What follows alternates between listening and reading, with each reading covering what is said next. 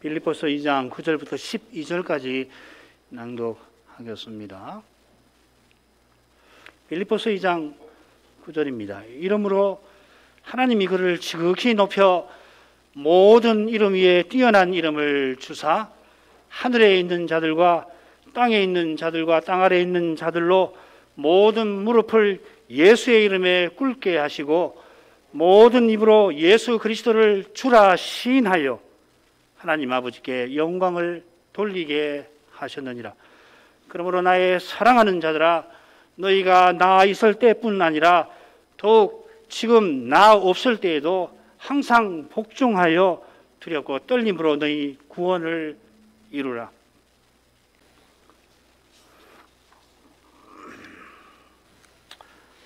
우리 교회는 새해 첫날에 삼위 하나님을 예배합니다. 하나님을 가까이 하는 거기서 인생의 모든 날이 의미를 얻고 우리가 그리스도와 같아지는 그 목표를 향하여서 역사의 모든 날은 지나갑니다. 역사는 전진합니다. 그런 뜻에서 칼빈 선생이 제네바에서 매일 예배 드리려 한 줄 믿습니다. 매일 강 2편 혹은 저 강편에 각각의 한 교회에서 목사들이 번갈아 말씀을 전했고 주로 말씀을 전합니다. 주중에는 특별히 수요일에는 말씀도 전하지만은 이 시편 찬송과 기도를 특별히 드리는 예배가 한 번 더 있었다고 합니다. 물론 주일에는 우리처럼 오전과 오후에 예배가 있었습니다. 칼빈 선생이 제네바 교회가 매일 예배 드린 것은 구약 제사가 그리스도 안에서 성취되었다는 그의 깨달음과 딱 붙어 있습니다. 구약 제사의 본령이 하나님을 가까이 하는 거기에 있는데 마침내 그리스도께서 오셔서 하나님께 나아가는 새롭고 산 길이 되어 주신 것입니다. 그처럼 신약 신자는 누구든지 대제사장 그리스도 안에서 제사장들이 되었습니다. 마찬가지로 우리 신약 교회는 하나님과 그리스도를 모신 성전입니다. 하나님께서 그리스도로 말미암아 주님의 교회에 계시니 교회가 성신을 의지하여 아버지께 나아가는 것입니다. 장차 우리가 매 순간 그리스도로 말미암아 성신 안에서 아버지께로 매 순간 영원토록 다가갈 것입니다. 그것이 장차 우리의 일이며 동시에 우리의 안식이 될 것입니다. 다만 그날까지는 창조 규례가 유지되듯이 안식일에 교회가 신약교회도 모여 예배할 것입니다. 히브리서 4장 9절의 말씀이 바로 그것을 가리킨다고 믿습니다. 그런즉 안식할 때가 이 말을 살펴보면 안식일 지킴이 맞아요. 안식일 지킴이 하나님의 백성에게 남아있도다. 물론 신약의 안식일은 창조의 제7일이 아니라 십자가 지신 그리스도께서 부활하신 일요일, 주일입니다. 칼빈 선생도 기독교 강요와는 달리 십계명을 해설하는 강설에서는 이런 입장을 취합니다. 주님께서 장차 오셔서 시집가고 장가가는 일이 없어질 그때까지 남편이 있는 자는 없는 자 같이 살라 사도가 권면한 것처럼 그날까지 주일에 교회로서 예배하고 평일에 각자 하나님을 소명으로 가까이 할 것입니다. 이를 위하여서 하나님의 본체이신 주님께서 종의 형체를 가져 우리와 하나가 되셨고 십자가에서 죽기까지 아버지께 복종하시며 우리를 섬기셨습니다.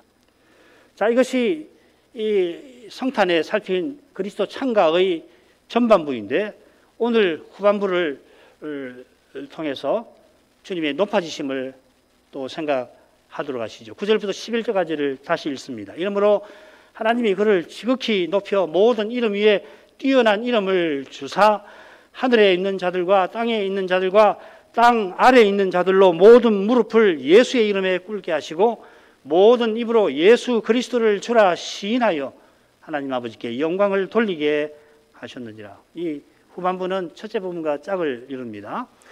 이 전반부의 핵심 내용이 세 개의 동사에 담겨 있다고 그랬죠.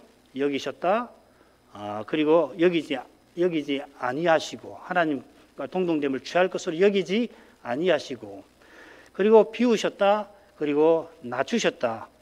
이것과 반대되는 동사가 이 역순으로 이 둘째 부분에 차례로 나와 핵심 내용을 담습니다. 높이셨다, 그리고 주셨다, 그리고 굵게 하시고 신하게 하셨다, 이렇게 되겠습니다.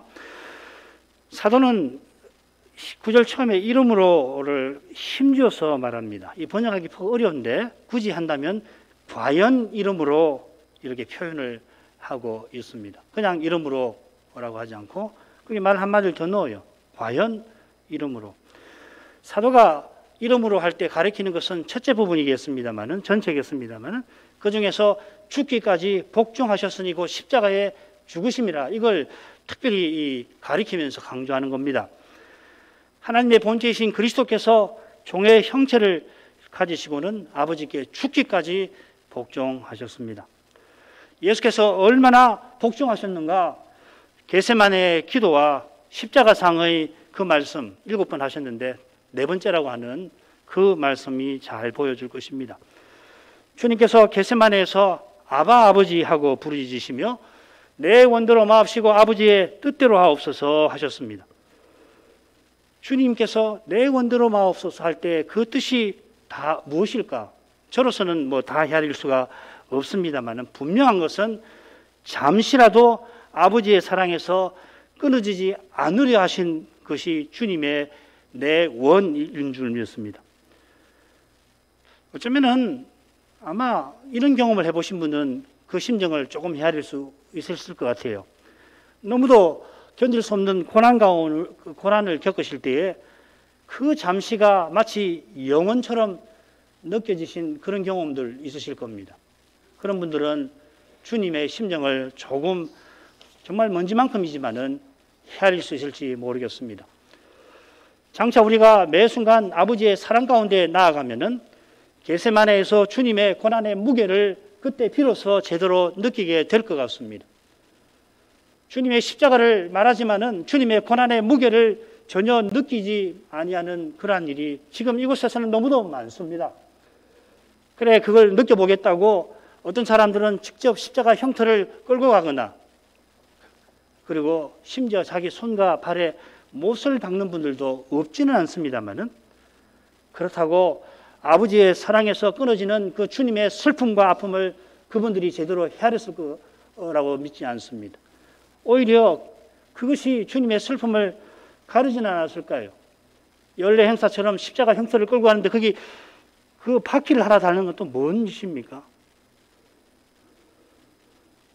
도리어 우리 인생이 주님의 심정을 결코 다 헤아리지 못한다는 이 분명한 사실을 깨닫고서 우리는 잠잠히 주님의 공여를 날마다 의지할 것입니다.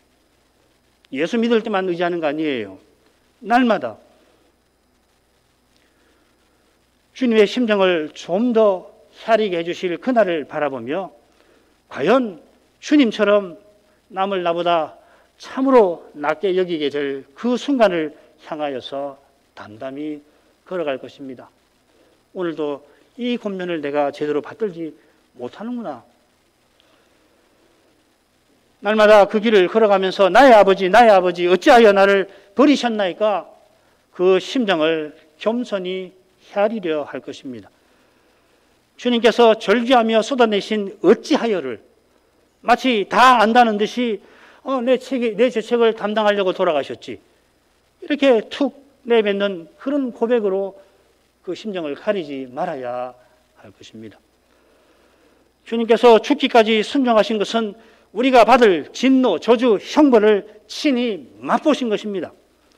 십자가에서 3시간 맛보셨다고들 해석하죠. 3시간 동안 온 세상이 캄캄해질 때에 하나님께서 그 광경을 가리시고 3시간 동안 아들에게 그 진노와 저주와 형벌을 내리셨다고 하는데, 그 3시간 동안 그 시간이 무한히 순간순간으로 나눠질 것 같은데, 무한히 나누어지는 그 순간순간 주님은 지옥의 형벌을 받으신 것도 같습니다.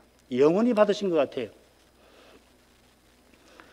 사도가 과연 이름으로 할 만큼, 아니 그런 표현에 다 담지 못할 만큼 주님께서 십자가에서 복종하셨습니다. 그래서 하나님께서 그를 지극히 높이셨습니다. 이 지극히 높이신다는 말이 신약 성경에 여기만 나와요. 주님께서 죽기까지 자기를 낮추시니까 하나님께서 지극히 그분을 높이신 것입니다. 지극히, 사도가 이 지극히라는 말을 특별히 썼는데 얼마나 높이신 것입니까? 아래 나오는 내용에서 우리가 확인할 것입니다. 다만 하나님의 본체이신 주님께서 지극히 낮아지셨는데 지극히 높이실 때에 그분이 하나님으로 돌아가신 것이 하나님이신 상태, 사람이 아닌 상태로 돌아가신 것은 아닙니다. 이어지는 내용을 보면 그것 자체로는 하나님으로서 본래 지니신 영광에 덧보태는 거 아무것도 없는 것 같아요.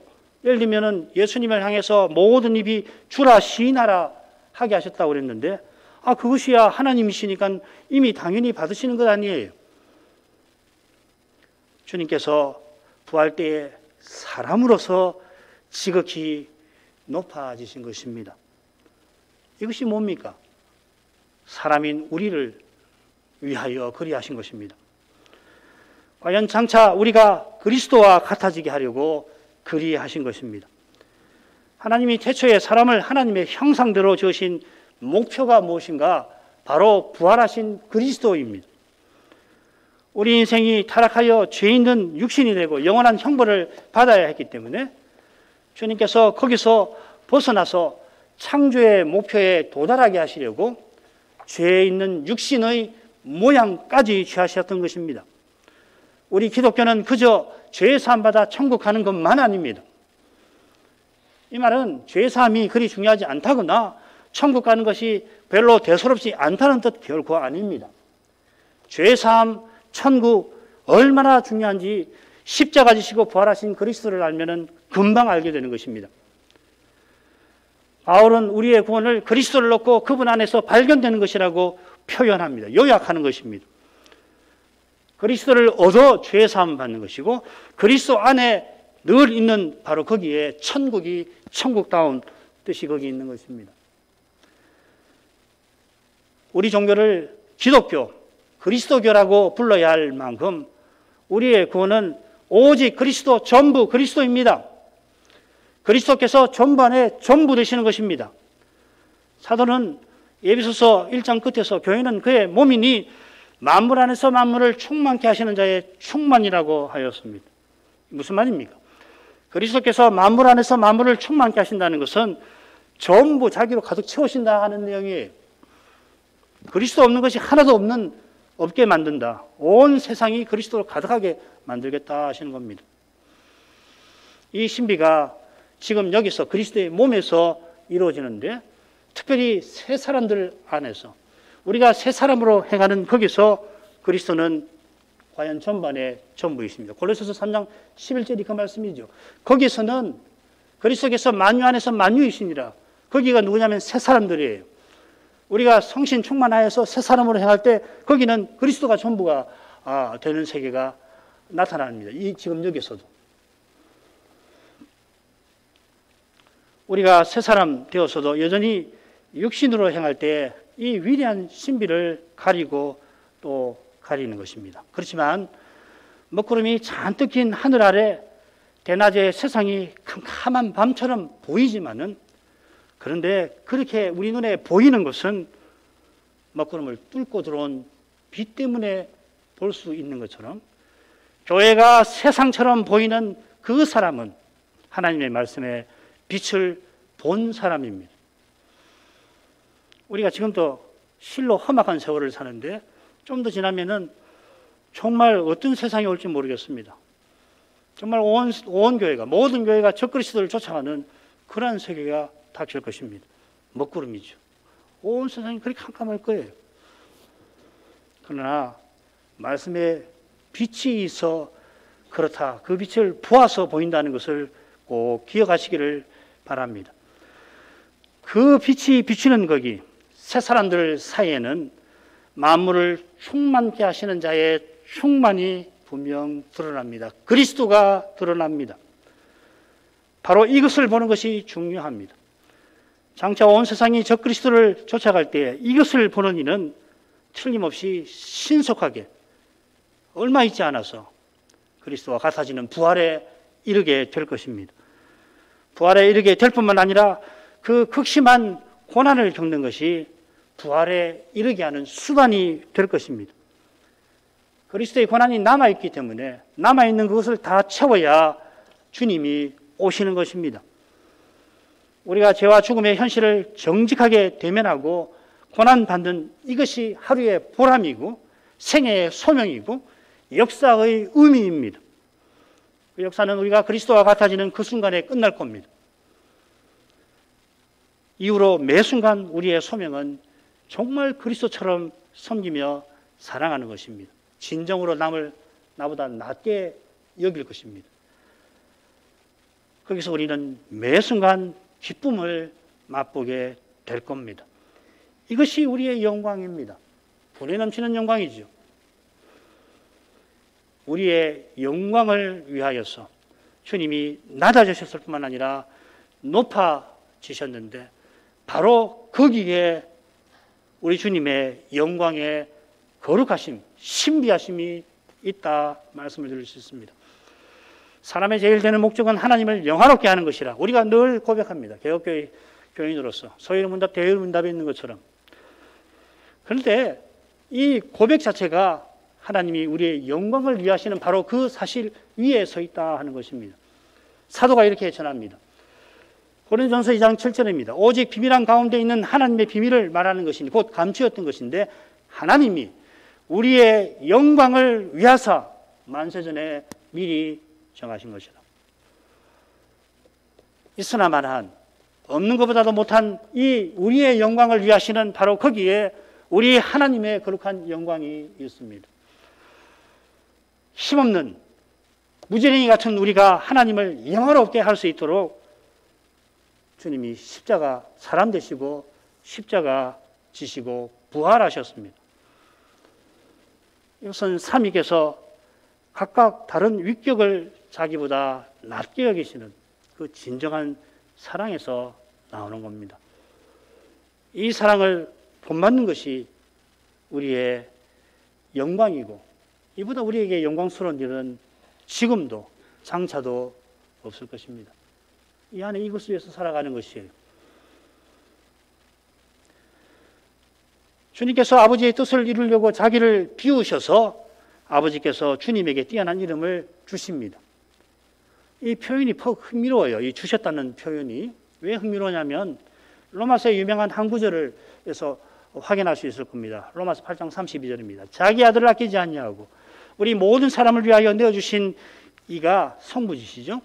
어찌 그 아들과 함께 모든 것을 은사로 주지 아니하시겠느냐. 이 빌립보서에서 이름을 주셨다 한 그 표현을 여기서는 은사로 주셨다, 은혜로 베푸셨다라고 새깁니다. 이렇게 번역을 해야 합니다. 사실은 아버지께서 자기 아들을 아끼지 않고 내어주셨는데 이것은 그 아들을 우리에게 주시는 것입니다. 당연히 은사로, 은혜로 주시는 것이죠. 분에 넘치는 선물로 거저 주십니다. 우리가 아무리 노력해서 해도 얻지 못하는, 사실 노력하면 할수록 더욱 얻지 못할 수 있는 그런 선물 아니에요? 아들을 주셨으니 아들과 함께 모든 것을 주십니다. 그리스도를 얻게 하셨으면 모든 것을 이미 얻게 하신 것입니다. 자, 그런데 이 표현을 사도가 부활하신 그리스도에게 쓰고 있습니다.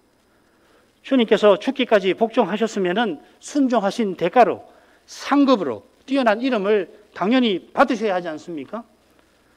아담이 만일 타락하지 않고 선악과 금령을 순종했다면 영원한 생명을 상급으로 받았겠습니다마는 그러나 그가 받은 영생 자체는 여전히 하나님의 선물에 속합니다. 그래서 행위 언약이라고 부르지 말고 생명 언약이라고 부르자 하는 분들도 많죠. 우리가 장차 아버지의 나라를 상속하는 그런 엄청난 상을 받게 될 텐데 우리 가운데 누가 제가 순종했으니 그 상 주십시오 요구할 사람이 있겠습니까? 주님께서는 아버지께 요구하실 만도 한데 아버지께 겸손히 받으셨습니다. 사람이 어떤 존재인가, 어떻게 사는가를 보여주신 것이겠죠.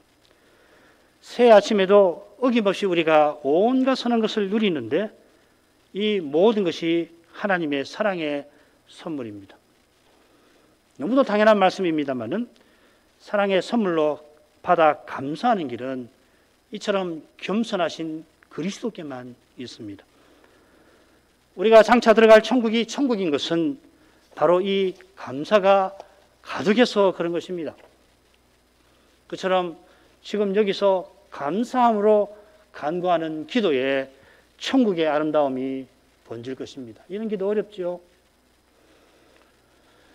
하나님께서 부활하신 그리스도에게 모든 이름 위에 뛰어난 이름을 주셨습니다. 성경에서 이름은 드러난 존재를 가리킵니다. 예를 들면 시편에서 여호와를 찬양하라 하는 표현도 있고 여호와의 이름을 찬양하라는 표현도 있죠. 실은 같은 거 아닙니까? 여호와의 이름을 찬양하라는 것은 여호와를 찬양하라는 건데 특별히 구원의 일을 행하신 거룩한 일을 행하신 여호와를 찬양하라 하는 뜻입니다. 구원의 일로 드러내신 여호와의 영광을 찬양하라 하는 것입니다. 자, 그런 용례에 비추어서 모든 이름 위에 뛰어난 이름을 주셨다 하는 것은 10절, 11절에 나오는 하늘에 있는 자, 땅에 있는 자, 땅 아래 있는 자, 곧 모든 존재보다 뛰어나게 하셨다 하는 것입니다. 마태복음 끝에서는 하늘과 땅의 모든 권세를 내게 주셨다 하셨습니다. 주님께서 세상에 내려오시려고 하나님의 본체시나 하나님과 동등됨을 취할 것으로 여기지 아니하셨습니다. 그래서 주님께서 하늘에 오르실 때 하나님께서 모든 무릎을 예수의 이름에 꿇게 하셨습니다. 부활하신 그리스도께서 하늘과 땅의 모든 권세를 받으셨으니 마땅히 땅과 하늘의 모든 존재가 그리스도께 복종해야 합니다. 자, 그런데 앞서 주님께서 모든 이름 위에 뛰어난 이름을 받으셨다고 했는데 여기서 예수의 이름에 꿇게 하신다 했습니다. 모든 무릎이 예수님께 복종해야 합니다. 예수는 자기 백성을 저희 죄에서 구원할 자라는 뜻입니다. 그렇다면 이 예수의 이름이라고 한 것은 주님이 십자가 지신 그 일을 가리킬 것입니다. 십자가 지신 예수께서 만물을 다스리십니다. 히브리서도 똑같은 관점에서 이 주님의 십자가와 통치를 이렇게 전합니다. 히브리서 2장 9절입니다. 오직 우리가 천사들보다 잠깐 동안 못하게 하심을 입은 자, 곧 죽음의 고난을 받으심으로 인하여 영광과 존귀로 관서신 높아지신 그리스도를 보니 예수를 보니 이를 행하심은 하나님 은혜로 말미암아 모든 사람을 위하여 죽음을 맛보려 하십니다. 정말 이 구절은 해석하기가 무척 어렵습니다. 굉장히 한번 되게 돌아가셔서 곰곰 읽어보시면 이게 다 맞는 말이고 다 은혜로운 말이고 다 그렇구나 수긍하는 말인데 이게 뭔 말인지 그럴 만한 구절입니다. 요지는 그러나 분명해요. 요지가 마지막 부분에 나옵니다. 예수께서 하나님 은혜로 말미암아 모든 사람을 위하여 죽음을 맛보려고 고난받으시고 부활하셨다 하는 것입니다. 제가 강설지 밑에 아람어 이 영어를 번역한 것인데 그게 이해하기 쉬우실 거예요. 예수께서 죽음을 맛보신 까닭에 음부의 권세가 이기지 못하는 교회를 세우신다 하는 말입니다. 음부의 권세가 이기지 못하는 교회가 세워지는 이 지금 오늘 올해도 이 음부의 권세가 이기지 못하는 교회가 세워지고 있는데 이 순간에도 지금 우리가 그러나 만물이 아직 저에게 복종한 것을 보지는 못합니다. 히브리서 2장 8절. 하나님께서 모든 무릎이 예수 이름에 꿇게 하셨습니다만은 그런데도 만물이 아직은 주님께 다 복종하는 건 아닙니다. 마귀와 세상과 육신이 주님께 대적합니다. 그래서 심지어 배도하는 일이 있습니다. 바로 이 배도의 문제를 다루려고 히브리서가 기록된 거 아닙니까? 그런 두려운 일이 교회에 또한 장차는 온 세상에 일어납니다마는 하나님께서 자기 아들들을 자기의 영광에 반드시 들어가게 하십니다. 그 증거가 뭔가 히브리서 2장 10절에는 저희 구원의 주를 고난으로 말미암아 온전케 하신 것이다 하였습니다. 예수께서 죄로 말미암은 죽음을 맛보고 우리가 들어가야 할 영광에 먼저 들어가 계시고 게다가 그 영광으로 우리를 지금 이끌고 계십니다. 이게 히브리서 6장 19절 20절 말씀이에요. 아니 히브리서 전체의 주제입니다. 주님께서 이끄시는 방법이 신비하게도 주님처럼 고난받게 하시는 것입니다. 그리스도의 남은 고난에 참여하는 것입니다. 주님이 고난을 자꾸 채워가시는 거예요. 이 고난이 다 차면 오시는데 그걸 우리들로 채우도록 하시는 거예요. 그러니까 우리가 더 고난을 받으면 더 빨리 오신다고 말할 수 있겠죠. 그죠? 이 고난을 통하여 우리도 주님처럼 부활에 이르게 하십니다.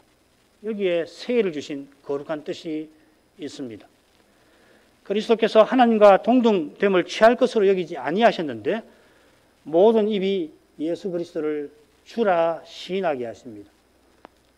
예수님이 장차 세상에 오실 때, 심판장으로 오실 때 과연 모두가 주라 시인합니다.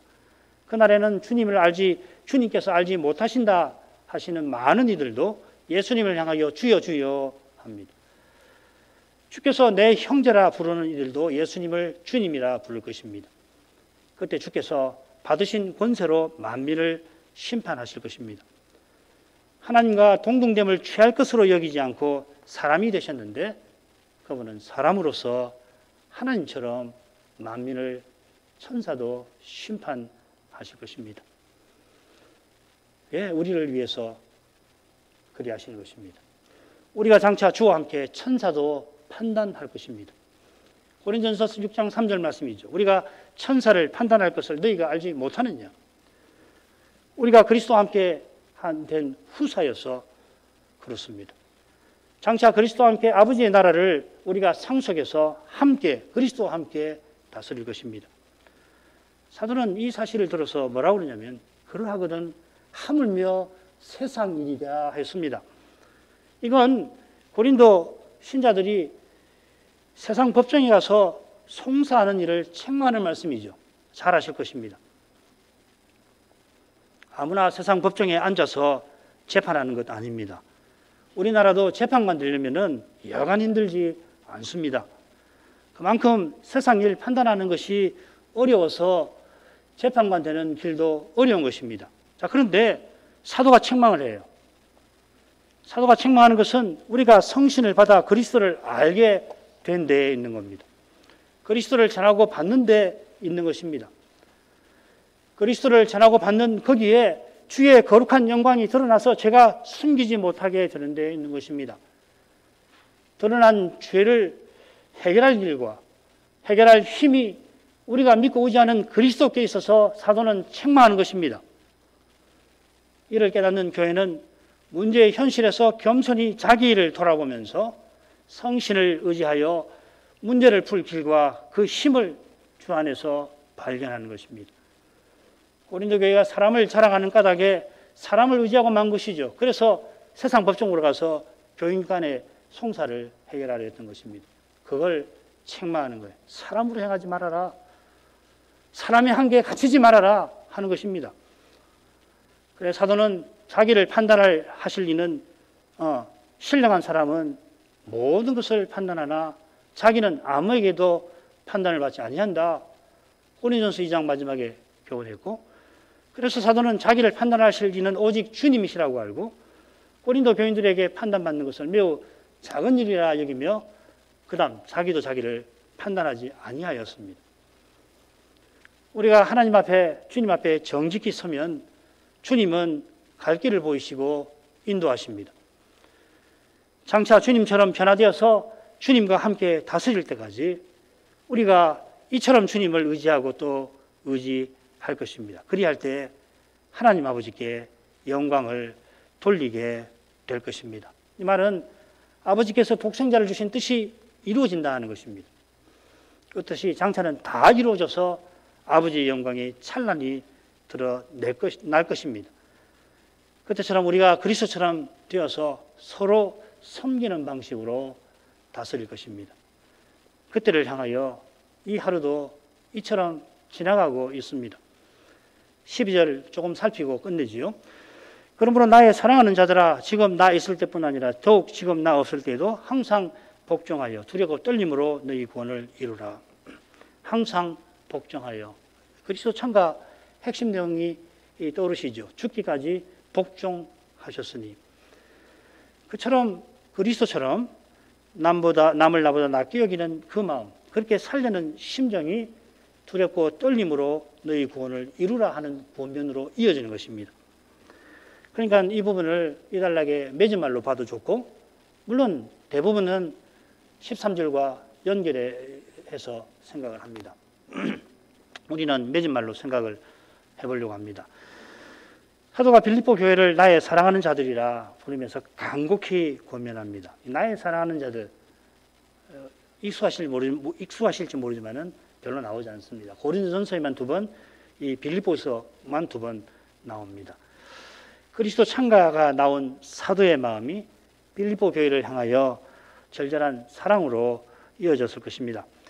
사랑하는 이들이 항상 복종한 것을 사도가 언급을 해요.